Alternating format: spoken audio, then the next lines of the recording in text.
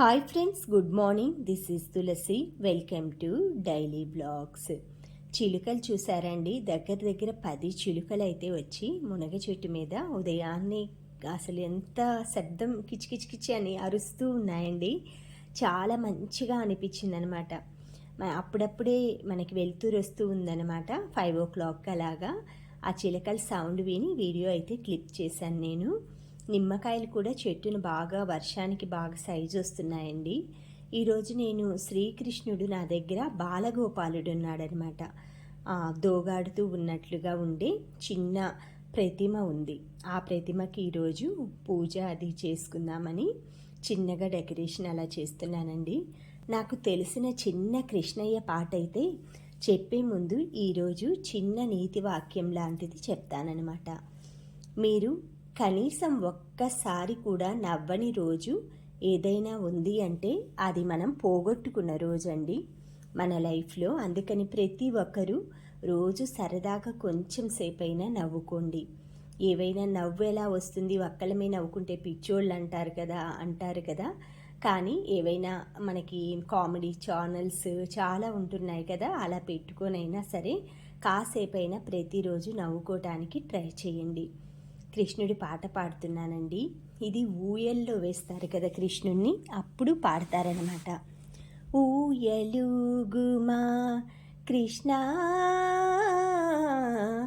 ఊయలుగుమా, హాయిగా వినిపింతు జోల ఊయలుగుమా కృష్ణ, లాలి గోపాల కృష్ణ, లాలి గోవింద కృష్ణ, లాలి మా పాలి దైవము, లాలి లాలి రే పల్లెగే ఊయలై ఊగగా, గోపెమ్మయద జోలలే పాడగా, ఆనందమే నందు నింట విరిసే, జగమందు కనువిందు లీల వెలసే, లాలి గోపాల కృష్ణ, లాలి గోవింద కృష్ణ, నిన్ను గన్న తల్లి దేవకి ఏ ధన్యము, ఎన్ని ముద్దులు దేర్చే యశోదదే పుణ్యము, ఈనాటి ఈ సేవ మాకెంతో పుణ్యము, లాలి లాలి మా పాలి దైవమా, లాలి లాలి. ఇలా కృష్ణుడిది ఊయల పాట అండి. ఇది ఎప్పుడైనా సరే కృష్ణాష్టమి అలా నార్మల్ డేస్లో అయినా సరే మీరు అలా పూజ అది చేసుకుంటూ చక్కగా పాడుకోవచ్చు. ఇలా పూజ సామాన్లు అన్నీ కూడా అలంకరించుకున్న తర్వాత నేను ఈరోజు బుధవారం రోజు వినాయకుడికి గరిక పూజతో పాటు ఆ బాలగోపాలుడి పూజ కూడా చేసుకున్నానండి. తర్వాత నిమ్మకాయ పెట్టాను చూసారా పూజలో. నేను ఆ నిమ్మకాయ మనం ఏదైనా సరే దిష్టి అలా ఉన్నట్లయితే మీరు దేవుడి దగ్గర పచ్చి నిమ్మకాయ పెట్టుకున్నారంటే మనకున్న దిష్టి అనేది తొందరగా మీకు ఒక 2-3 డేస్లోనే ఆ నిమ్మకాయ కలర్ చేంజ్ అయిపోయి ఒక్కొక్కసారి కుళ్ళిపోతుంది కూడా అనమాట. అంత దిష్టి ఉన్నట్లు అనమాట. అందుకే ఆ భగవంతుడి దగ్గర ఎప్పుడైనా సరే పచ్చి నిమ్మకాయ పెట్టుకోండి. మీరు షాప్స్లో కూడా గమనిస్తే పసుపు నీళ్ళు గ్లాస్ ఉంటుంది కదండి, గాజు గ్లాస్లో పసుపు నీళ్ళు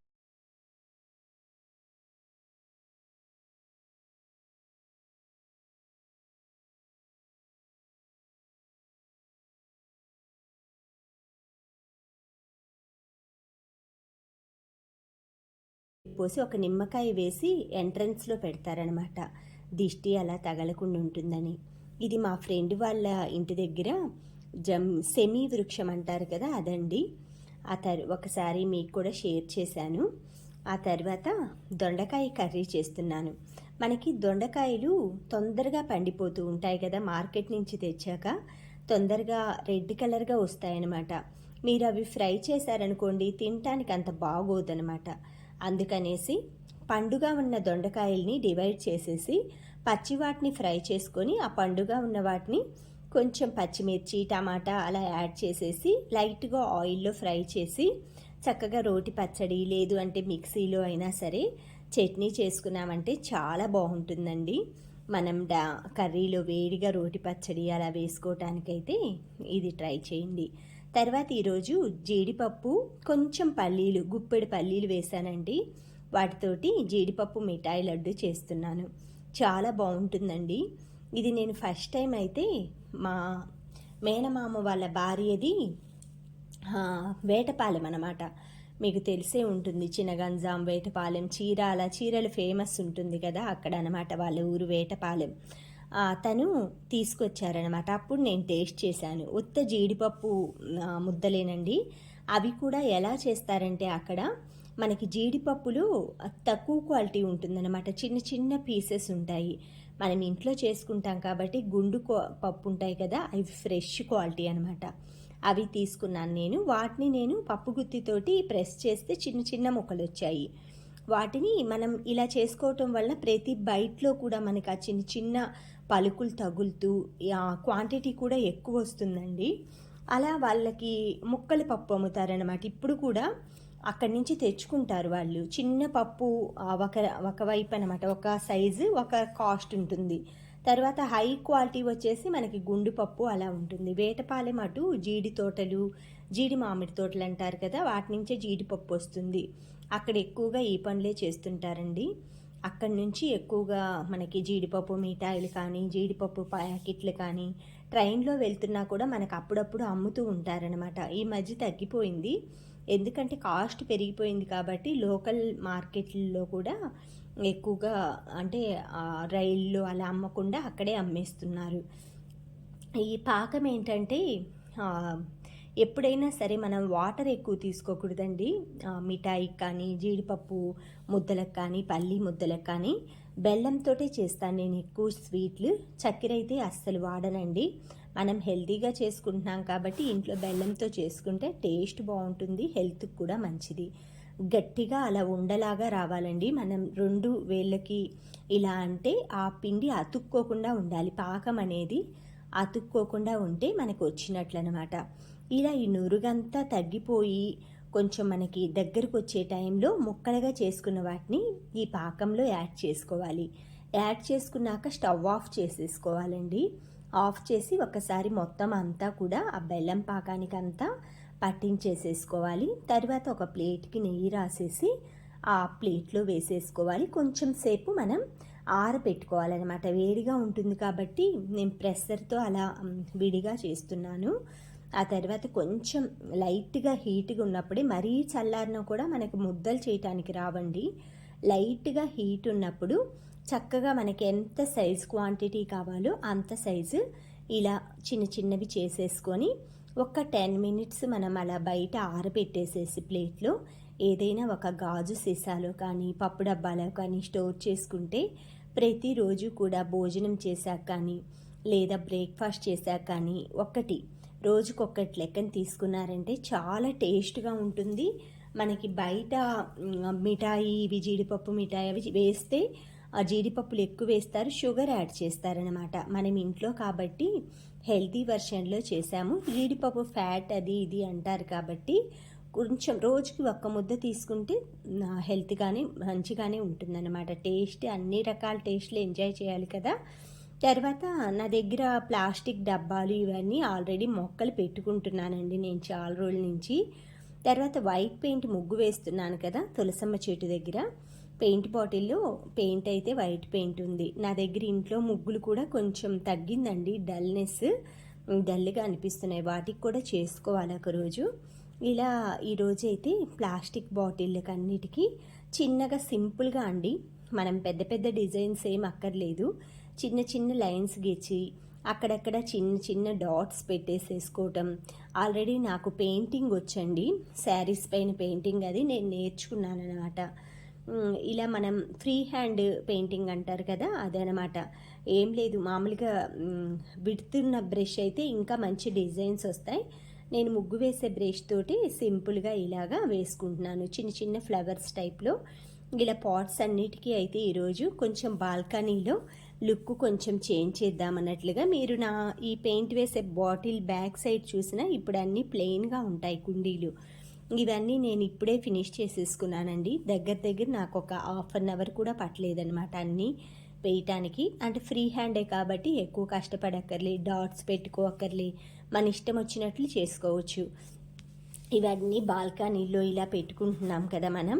అంత వర్క్ అంత బయట వాళ్ళని పిలిపించి అలా వేయక్కర్లేదనమాట. ఇలా సింపుల్గా మనం ఇంట్లోనే కొంచెం కలర్స్ ఏవైనా మిగిలినవి ఉంటాయి కదా.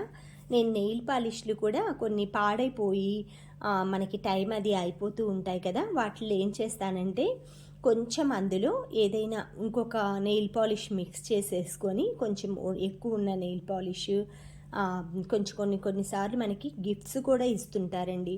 మాకు ఇక్కడ నార్త్ ఇండియన్స్ అలా ఉన్నారు. పేరంటానికి పిలుస్తారు కదా వాళ్ళు. మనం శ్రావణ మాసంలో చేసుకుంటాం, వాళ్ళు కార్తీక మాసంలో లక్ష్మీదేవిని పూజిస్తారు. అప్పుడు వాళ్ళు తాంబూలానికి పిలిచినప్పుడు ఒక kerchief, lipstick, nail polish, sticker packet ఇలాంటివి ఇస్తారనమాట వాళ్ళు మనకి పసుపు కుంకుమ కింద. వాటిని మనం ఏం చేయాలంటే అవి కూడా కొంచెం తక్కువ కాస్ట్లో ఇస్తారు. నెయిల్ పాలిష్ అవి 10 రూపీస్ అలాంటివి. అవి మనం వేసుకున్నామంటే స్మెల్లీగా అనిపిస్తుంటాయి అన్నమాట. ఎక్కువగా వాటిలో ఏవైనా లిక్విడ్స్ అవి పోస్తారేమో, ఆ కళ్ళు కూడా ఒక్కొక్కసారి మంటగా అనిపిస్తుంటాయి అన్నమాట. అలాంటప్పుడు మనం నెయిల్స్కి వేసుకోకుండా ఇలా ఏవైనా డబ్బాలు చిన్న చిన్నవి ఉంటే చక్కగా వాటికి వేసుకున్నామంటే కలరింగ్గా అనిపిస్తాయి. నేను ఇప్పుడు ఈ చేతిలో వేసుకున్నది కూడా పింక్ కలర్ అయిపోయిన నెయిల్ పాలిషేనండి. అందుకే అక్కడక్కడ మీకు డిజైనింగ్ లాగా అయిపోయింది కాబట్టి పల్చగా కనిపిస్తుంది డబ్బాకి. దానికైతే పైన ఇప్పుడు వైట్ కలర్ పెయింటింగ్ వేసుకున్నాను. మనం ఇంట్లో ఫ్రీగా ఉన్నప్పుడు ఫ్రీ హ్యాండ్ వర్క్స్ అంటే ఇవేనండి. చక్కగా ఖాళీగా ఉన్నప్పుడు మన చేతిలో ఒక పెయింట్ బ్రష్, ఒక పెయింట్ బాటిల్ ఉంటే చాలు, మనమే పెద్ద పెద్ద కళాకారులం, పికాసోలం అవుతామన్నమాట. అలా చిన్న చిన్న వర్క్స్ అవన్నీ ఆఫ్టర్నూన్ టైంలో సరదాగా చేసుకోవటం అయితే నాకు కొంచెం నిద్ర కూడా ఎక్కువ ఆఫ్టర్నూన్ టైం నిద్రపోవటానికి అలా తగ్గించుకోవటానికి నిద్ర ఇలాంటి టిప్స్ చిన్న చిన్నవి యూస్ చేసామంటే ఆ నిద్ర కూడా అంటే నిద్రపోవటం మంచిది కాదంటండి ఎక్కువసేపు ఆఫ్టర్నూన్ టైము మధ్యాహ్నం పూట. కానీ అట్లీస్ట్ ఒక 20 మినిట్స్ అన్నా సరే మీరు రెస్ట్ తీసుకున్నారంటే మార్నింగ్ నుంచి అలసటగా ఉంటుంది కదా. ప్రతి ఒక్క ఆడవాళ్ళు కూడా అలసిపోతూ ఉంటారండి పాపం. వాళ్ళందరికీ ఆడవాళ్ళందరికీ కూడా ఎంతో రుణపడి ఉండాలన్నమాట ప్రతి ఒక్కరూ కూడా. ఒక్కరోజు ఆడవాళ్ళు ఇంట్లో లేకపోతే చూసుకోండి ఎక్కడివక్కడే ఉంటాయన్నమాట. సాక్సుల దగ్గర నుంచి టవల్స్ కానీ ఎక్కడివక్కడే ఉంటాయి. ఒక స్త్రీ తను చేసే బాధ్యతలు పనులు ఒక్క పురుషుడు ఒకరోజు చేయమనండి, అప్పుడు అర్థమవుతుందన్నమాట ఆడవాళ్ళ యొక్క విలువ. అలా ప్రతి ఒక్క ఆడవాళ్ళండి ఉదయం కొంతమంది అయితే 3:30-4కి లెగుస్తారు. ఎందుకంటే నైట్ డ్యూటీలు, క్యారేజీలు కట్టడము, ఆర్టీసీలో పనిచేసే వాళ్ళు ఉంటారు. అలా వాళ్ళకి క్యారేజీలు కట్టడానికి కానీ కొంతమంది జాబ్స్కి వెళ్తూ ఉంటారనమాట. ఉదయాన్నే ట్రైన్ పట్టుకుంటేనే వేరే డిస్టిక్కి అలా వెళ్ళటానికి డైలీ సర్వీస్ చేసే వాళ్ళు ఉంటారు. అలాంటి వాళ్ళకి క్యారేజీలు కట్టడం కానీ, పిల్లలు ఎక్కడికైనా ఊర్లోకి వెళ్తుంటే వాళ్ళకి ఉదయాన్నే లేచి అన్నీ రెడీ చేయటం కానీ, ఆడవాళ్ళు తప్పితే ఇవన్నీ ఎవరు చేయలేరండి. ఒక ఫ్యామిలీకి ఆడవాళ్ళు ఉంటేనే ఇంట్లో భరోసా అన్నమాట. ఇల్లంతా చక్కబెట్టడానికి కానీ, ఇంట్లో వాళ్ళ ఆరోగ్యం కానీ, ఫుడ్ కానీ అన్నీ మొత్తం కూడా ఒక్క ఆడవాళ్ళే చేయగలరన్నమాట. అలా అని మగవాళ్ళు చేయట్లేదా అని మాత్రం